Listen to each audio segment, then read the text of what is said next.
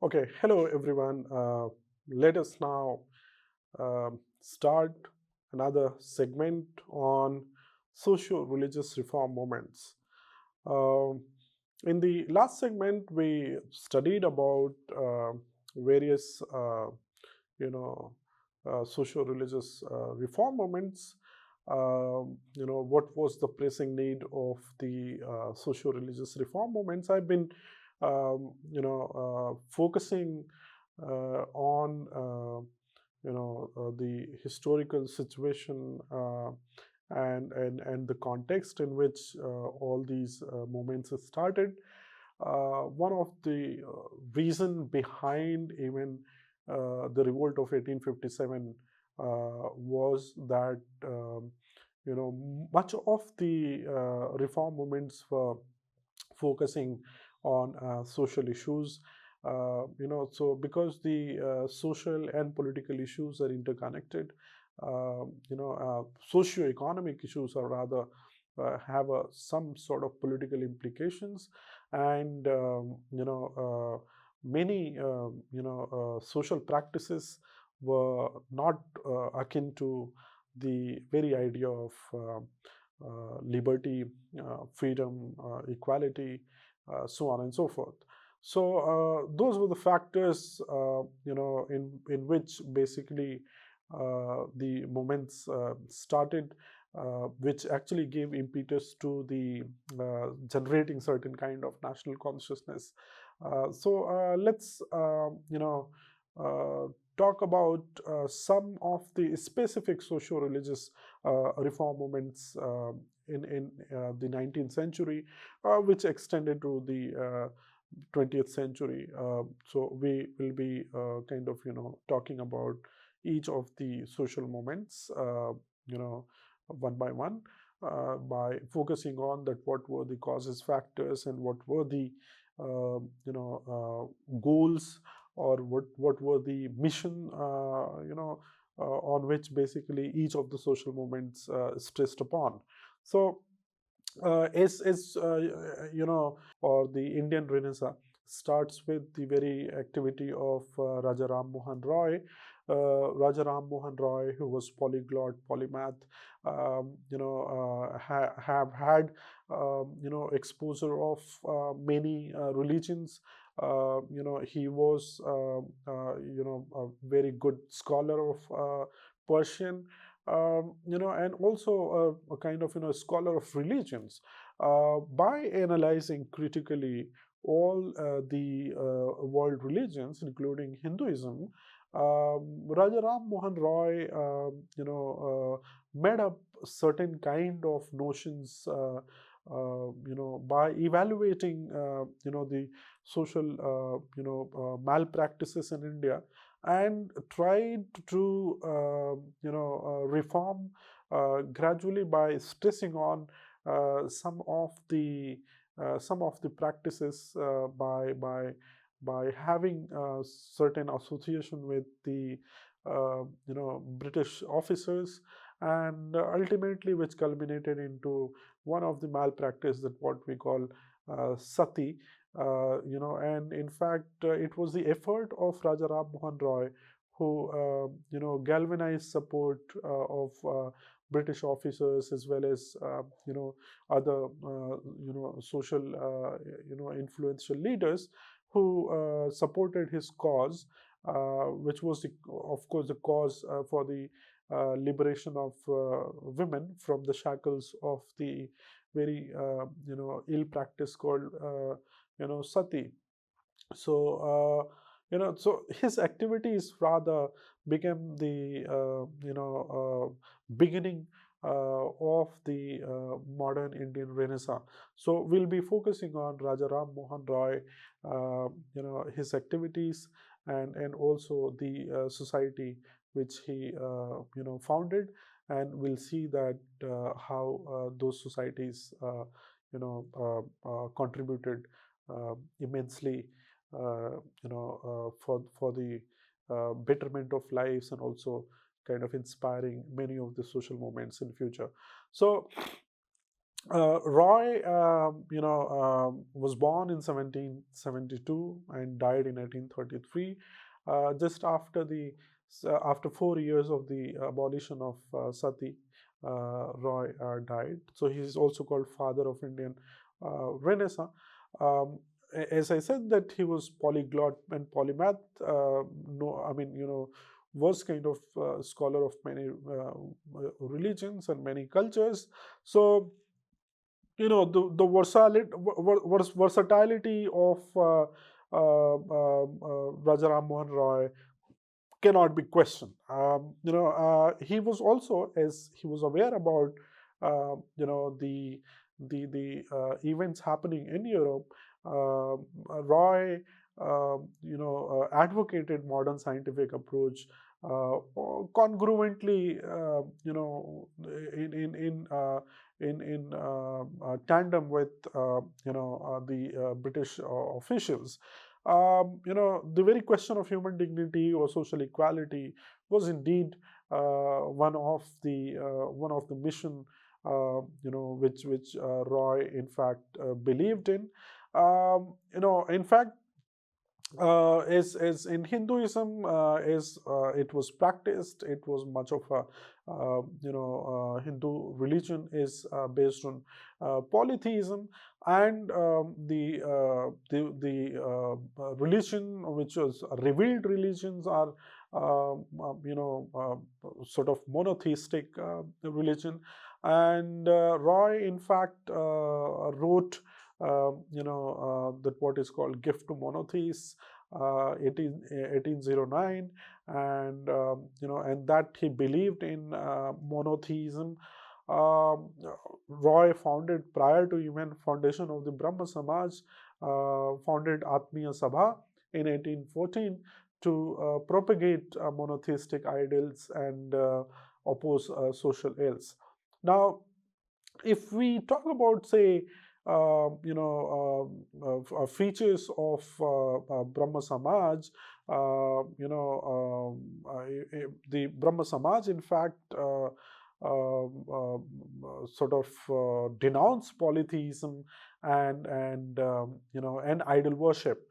It discarded faith in divine avatars. I mean, there's a belief of incarnations in Hindu religion. Brahma Samaj denied that any scripture could enjoy the status of ultimate authority, transcending human reason and conscience. Samaj took no definite stand on doctrine of karma and transmigration of soul. So in a way, that left it to individual Brahmos to believe either way. I mean, how you want to believe about these sort of ideas, whether there's something called doctrine of karma or transmigration of soul.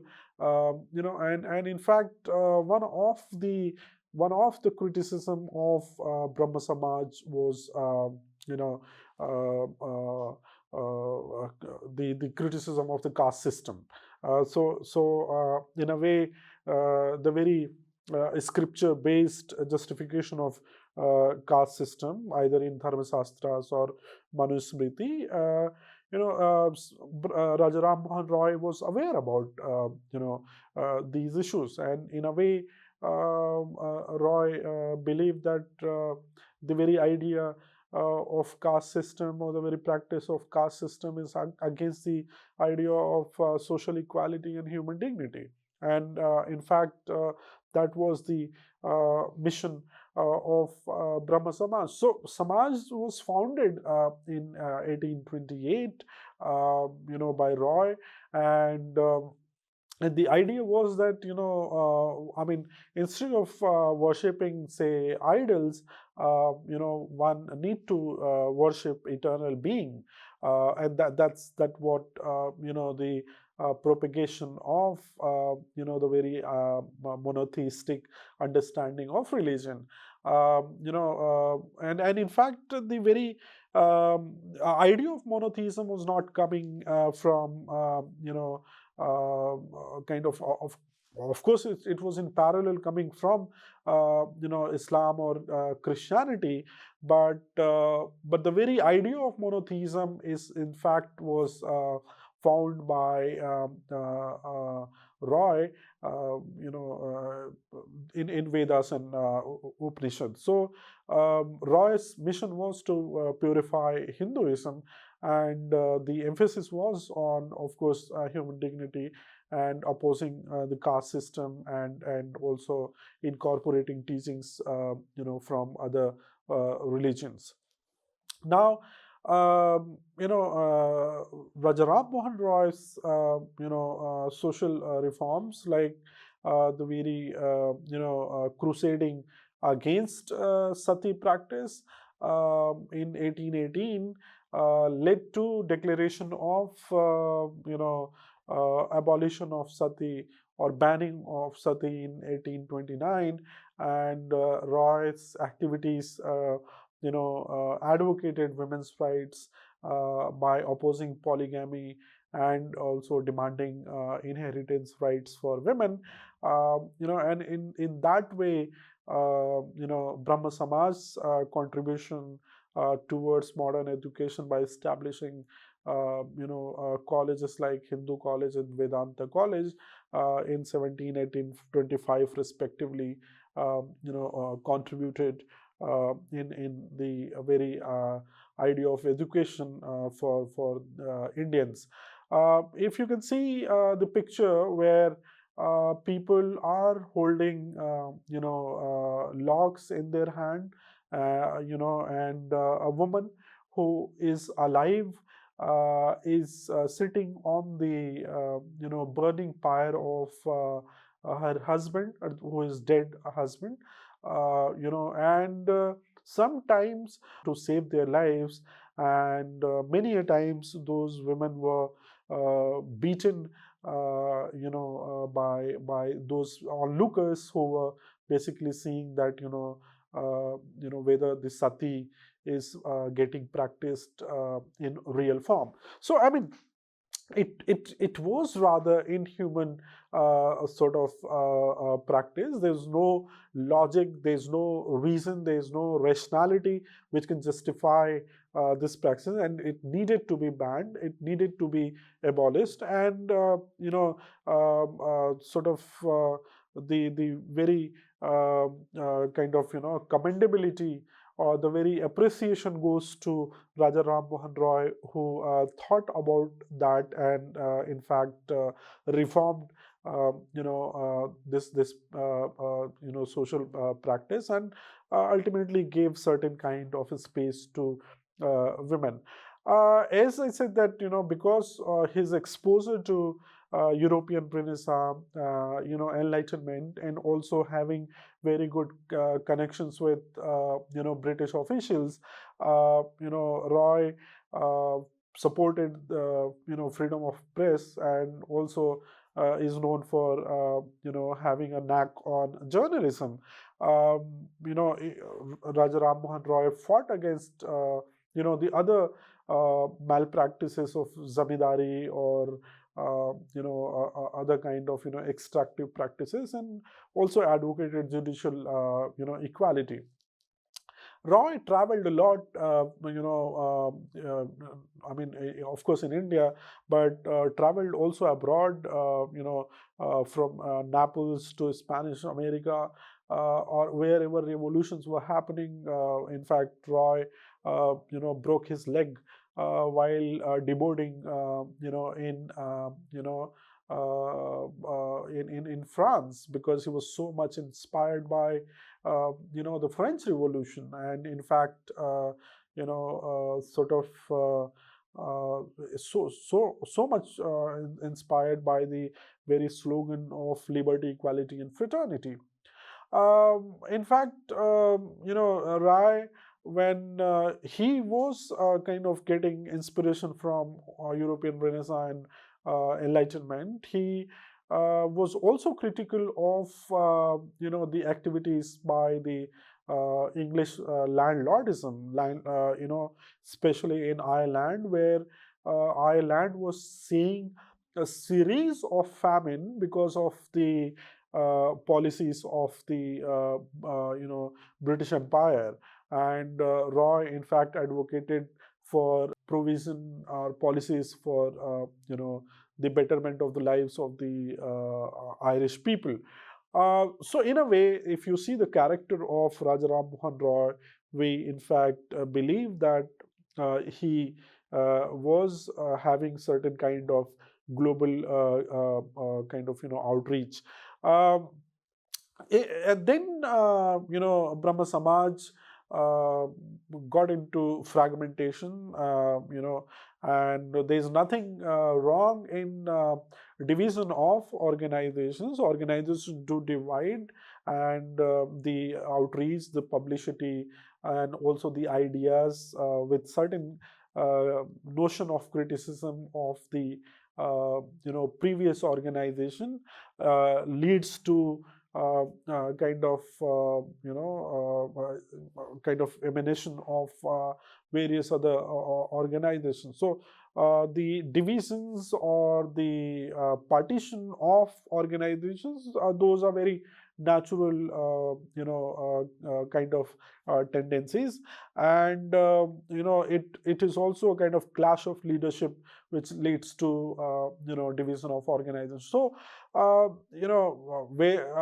Debendranath Tagore to Keshav Chand Sen, and many other kind of leaders like Adi Brahmo Samaj, Brahmo Samaj of India, so on and so forth. So of course, these organizations were kind of coming into play. So these two leaders, particularly Debendranath Tagore and Keshav Chand Sen, their activities also expanded, and also popularized the movement. So this is this is Debendranath Tagore, and on the screen you can see in the right you have Keshav Chand Sen. So these two gentlemen basically popularized the Brahmo Samaj movement with their own sort of names, and also other kind of goals. Now, as I said, that the division and the ideas leads to growing of progression of the ideas, and also concepts, and it in fact reflected in establishment of another organization which is called Prarthana Samaj, where Keshav Chand Sen, who was in fact very critical in popularizing of the Brahmo Samaj. He was also behind formation of Prarthana Samaj in 1867. Um, People like M.G. Ranade, who joined later, they also played a crucial role, because these people were already very popular in their own activities in Maharashtra, and excuse me. uh, if you see the precursor of the Prarthana Samaj, like Paramahansa Sabha, which actually aimed at spreading liberal ideas and breaking caste barriers. So, caste factors, particularly in the beginning of the 19th century, was in fact a very focus of social reform.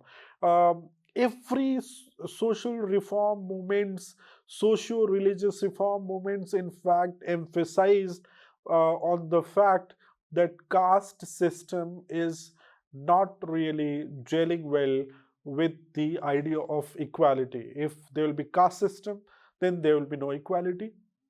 If there will be equality, there should not be caste system. So but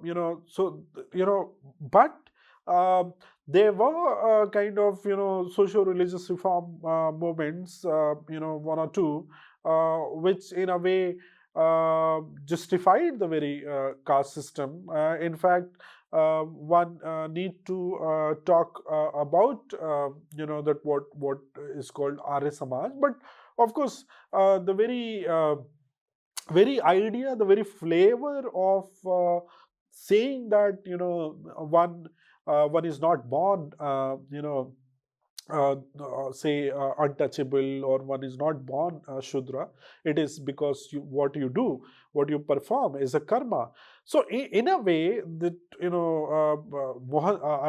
Raja Ram Mohan Roy did not believe in doctrine of karma and transmigration of soul, but later on some of the socio-religious reformers, they believed in doctrine of karma, and hence you will be kind of based on your performance, you will be uh, getting the social status, whether you are Brahmin, Kshatriya, Vaishya, or Sudra.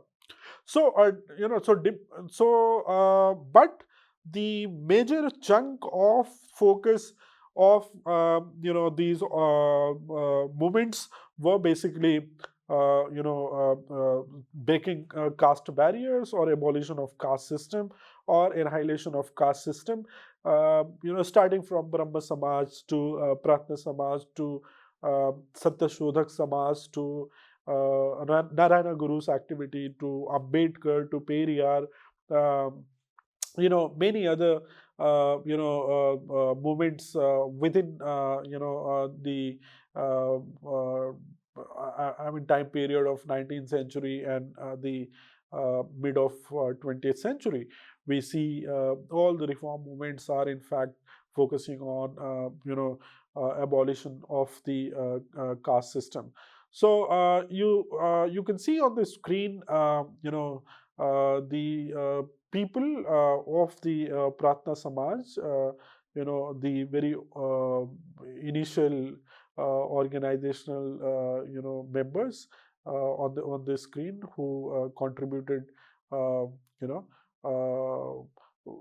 the activities, by propagating and also popularizing the Prarthana Samaj, aims and goals.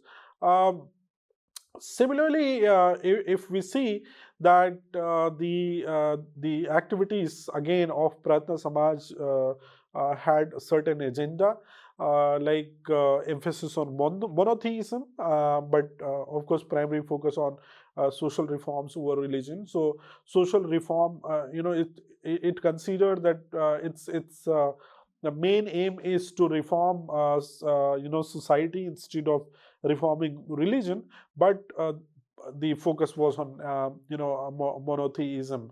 In fact, Samaj relied on education and persuasion and not confrontation with Hindu orthodoxy. In fact, there was a 4-point social agenda also, which was a disapproval of caste system, women's education, widow remarriage. In fact, Brahmo Samaj, or Keshav Chand Sen's activity, and Devendranath Tagore's activity, that gave impetus to where why sati was practiced was because widows were not allowed to marry. So in a way, Prarthana Samaj took up this initiative of, in fact, advocating for widow remarriage. And the fourth agenda was to raising the age of marriage for both males and females. In the last segment, we were talking about that because of the efforts of these reformers, the then government of India, the British government, came up with the regulation by sort of deciding the age of consent, 12 years, and then later on through the Sharda Act in 1920s by increasing the age, from 12 to 18. So what we also get to know that these organizations agendas in fact were kind of very crucial in seeing the very connections or intersectionality, where the caste, and also women, both kind of issues can be collaborated together. And also education is a primary goal to emancipate, empower women and also other folks. So that in a way was a very notable kind of contribution by Prarthana Samaj. Now, D.K. Karve, Vishnu Shastri, who were kind of founders of widow remarriage movement and widows home association, in fact were associated with Prarthana Samaj. Now let us move to another very important movement in Bengal. So Brahmo Samaj was located in Bengal, but Prarthana Samaj was kind of the area of influence of Prarthana Samaj was definitely in Maharashtra, but it had a reach in other pockets of India. Uh, Young Bengal movement, particularly led by a very young 22-year-old, rather his activities started at the age of 14, called Henry Vivian Derozio. He his activities were remarkable in terms of teaching at Hindu college, inspiring many young people, and also advocating free thinking, rationality, liberty, equality, born with two different kind of parents, like mother, sort of coming from English tradition, father being Portuguese, which ultimately kind of gave Henry Vivier de Rosio a certain kind of very liberal orientation, which ultimately was very critical of promoting women's rights education, and also his activities also were to kind of advocate free thinking by inspiring young people by writing nationalist poems. So De Rosio's writing inspired young people, as well as his kind of idea of promotion of women's rights education. So that's kind of one movement, young Bengal movement, which indeed had a lasting impact in Bengal in terms of creating intellectuals and intelligentsia in Bengal, because the early educational movements actually led people to think that education is one very important social activity that people should perform for the progression and development. So this is on the screen, Henry Louis Vivian de Rosio. In 2009, Government of India has come up with dedicating by kind of remembering De Rosio's contribution in Indian reform movements. As we talk about legacy and limitations of young Bengal movement, of course, Bengal movement limited impact due to social conditions and lack of support from other social groups. De Rosio was removed from Hindu College in 1831 due to his radicalism. Despite limitations, De Rosio continued Rammohan Roy's tradition of public education on social, economic, and political issues. uh, by advocating Indian inclusion in higher services, protection of riots, better treatment of Indian labor abroad, press freedom, and trial by jury. De Rossi was writing about these issues, and also, the activities of Surendranath Banerjee was dubbed as pioneers of modern civilization in Bengal by De Rossi, with virtues to venerate and failings treated with gentle consideration. So in a way, in the very limited kind of duration of his activities, as a young person, De Roggio's maturity, had a definite mark on Indian history. In fact, and having a range of, kind of, a canvas of thinking, which ultimately, I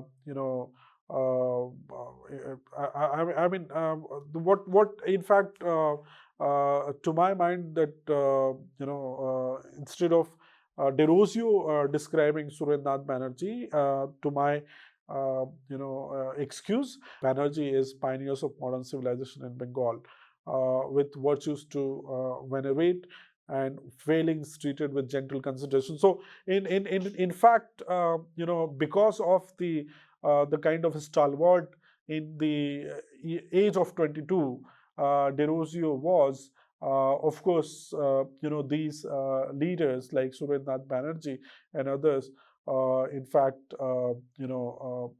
one of the, venerated figure.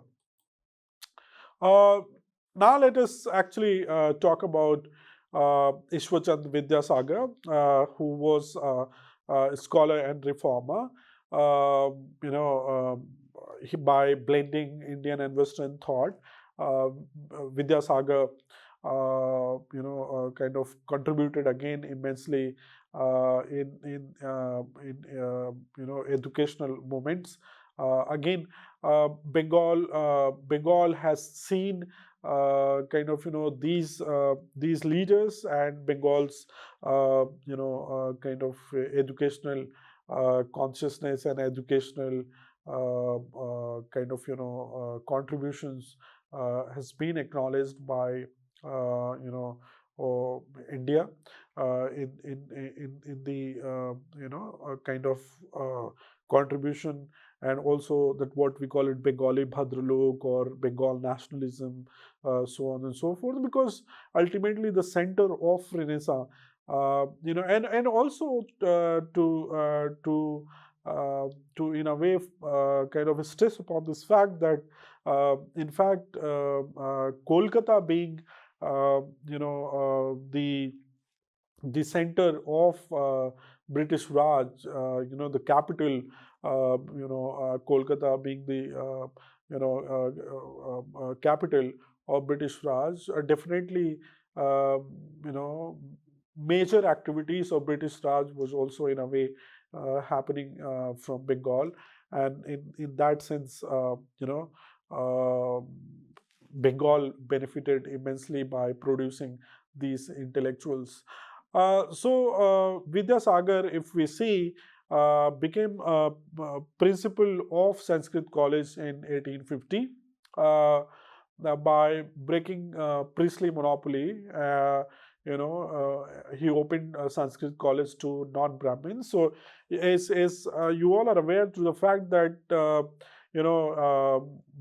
non-Brahmins are not supposed to study Sanskrit, which was advocated by many of the Dharmasastras, scriptures. So it was rather the monopoly of the Brahmins to study Sanskrit and Vedas and pronounce mantras in activities, whether consecrating the temple or worshipping or various other religious activities, where people had to rely much on priestly class. So, Vidyasagar introduced Western thought to Sanskrit, college, evolving a kind of new methodology for teaching Sanskrit. And with this, he also advocate for widow remarriage.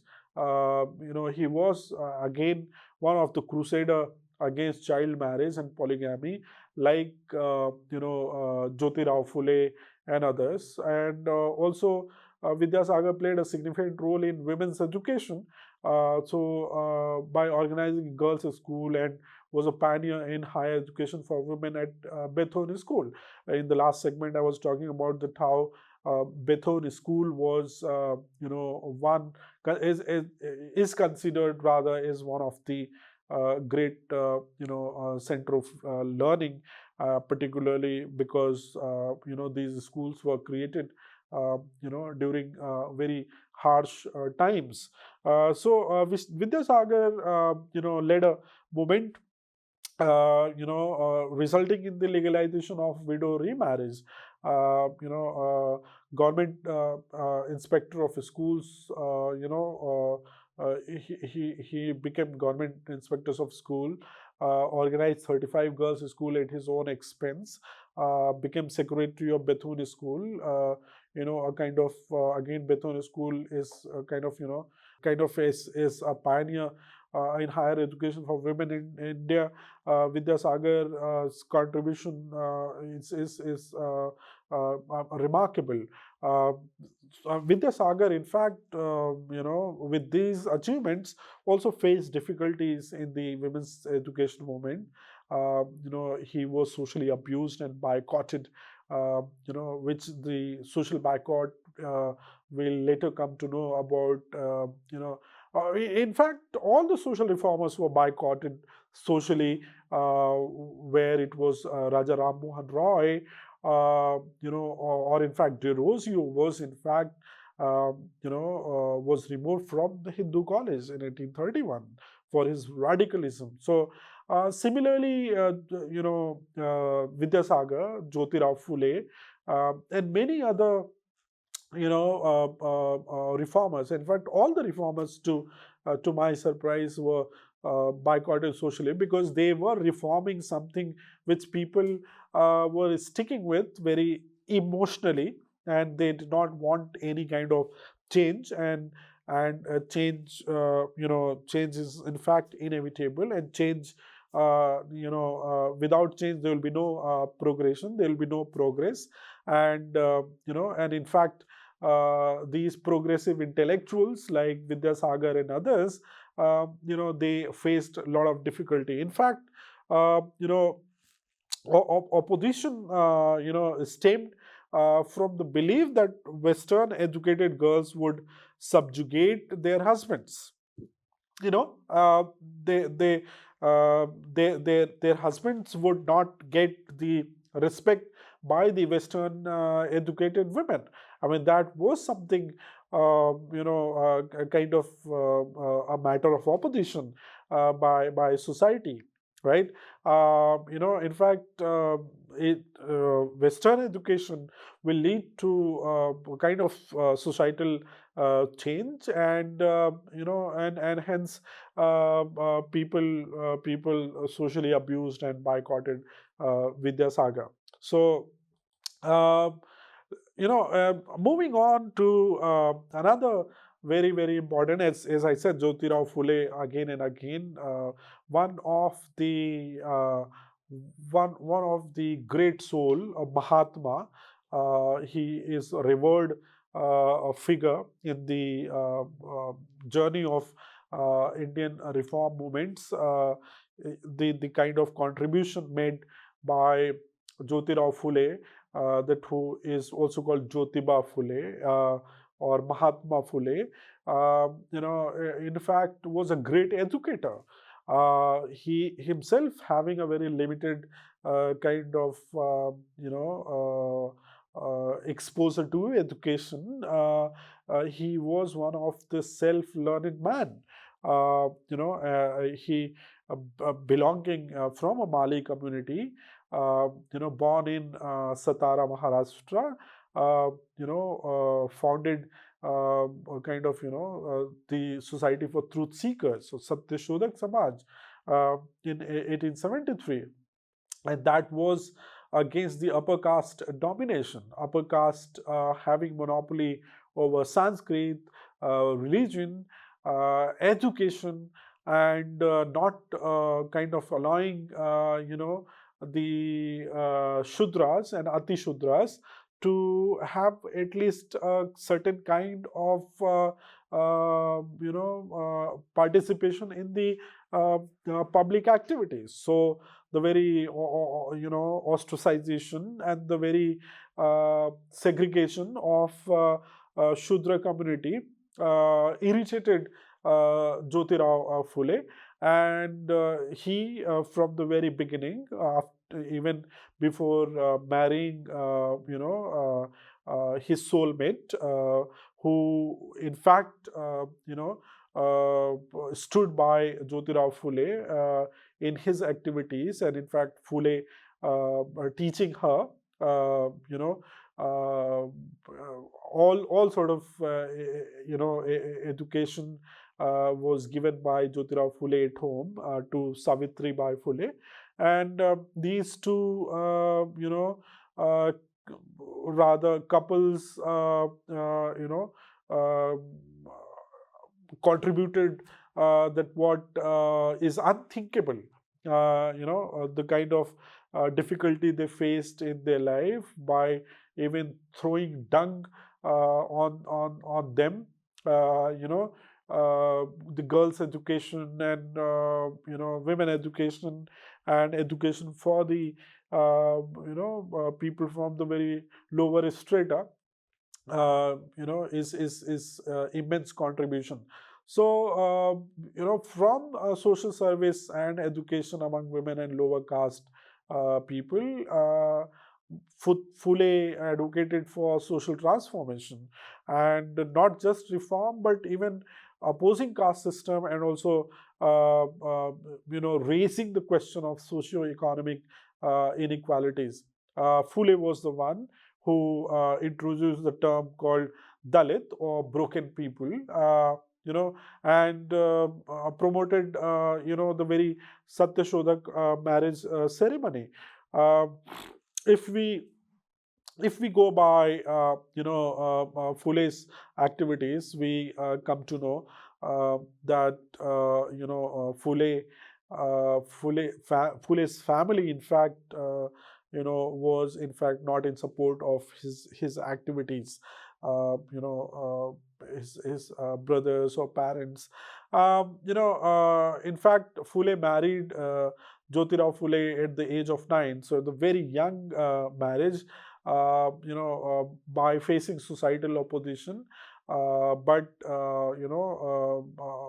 Savitribai Phule, opened a school for girls in Pune, teaching mathematics, science, and social studies. Uh, also established educational trusts, native female school in Pune, and Society for Promoting the Education of Mahars, monks, and others. Also led the Mahila Seva Mandal to raise awareness about women's rights, campaigned against dehumanization of widows, advocated widow remarriage, and organized successful barbers' strike. If you try to look into the life history of Jyotirao Phule or Savitribai Phule, it's a very emotional journey. It's very emotional journey in the sense the kind of societal opposition these two people faced. Uh, the achievements, in fact, by these people after facing these opposition is in fact a very inspiring story. Uh, Phule, and because of his contribution, Phule received the title of Mahatma in 1888. And Jyotiba and Savitribai fought against untouchability, kind of social disability in the last segment I was talking about. Opened their water storage to everyone. Savitribai took over Satyashodak Samaj after Mahatma Phule's death, and also worked for plague victims. Uh, Savitribai Phule died in 1897, caring for a plague patient. In fact, there's a poetry collection by Savitribai Phule called Kavya Phule and Bhavanakashi Subodh Ratnakar. You know, in fact, the University of Pune was renamed by, as Savitribai Phule Pune University in her honor in August 2014, by kind of, respect to Savitribai Phule. This University of Pune was renamed by her name. Let us now see Gopal Baba Walangkar, who is considered as pioneer of Dalit movement. So, starting from Jyotirao Phule, what we see is that that's also the beginning of the Dalit movement in India, which in a way has been carried forward by Baba Saheb Ambedkar and Periyar and Baba Saheb Ambedkar. So Gopal Baba Walankar, in a way, is also considered as a pioneer of the Dalit movement. Baba Sahib, Gopal Baba Walankar was born in 1840 and was army official, retired in 1886. And because he was deeply influenced by Jyotirao Phule, advocated Jyotirao Phule's, this Aryan invasion theory. Now, what is Aryan invasion theory? If you read one of the very important text written by Jyotirao Phule is slavery or Gulabgiri, and in the Gulabgiri, in fact, is a dialogue. It's written in the dialogic form, where the two gentlemen are talking about the history and and the kind of scathing criticism of Hindu religion particularly has been highlighted by raising certain kind of lacuna, and also the based on kind of irrational and illogical kind of arguments, where Jyotirao Phule talks about that why people from the Shudra community have not revolted, by coordinating and kind of standing for solidarity against the Brahminism or Brahmin dominance, is precisely because they were facing mental slavery. So, and that's what is called Gulabgiri.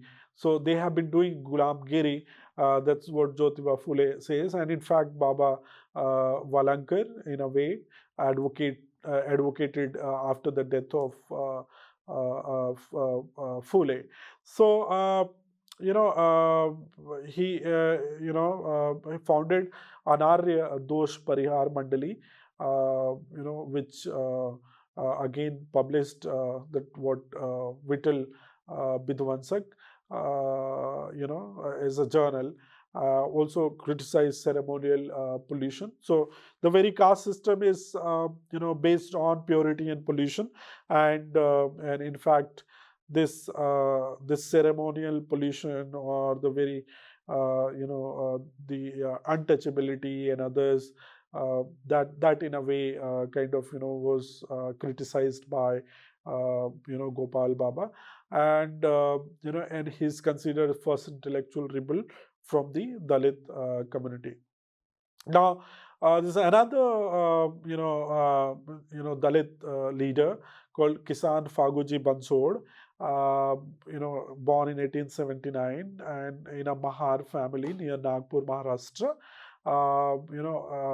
Established Chokhamela Girls School at Nagpur and also setting up own press in 1910.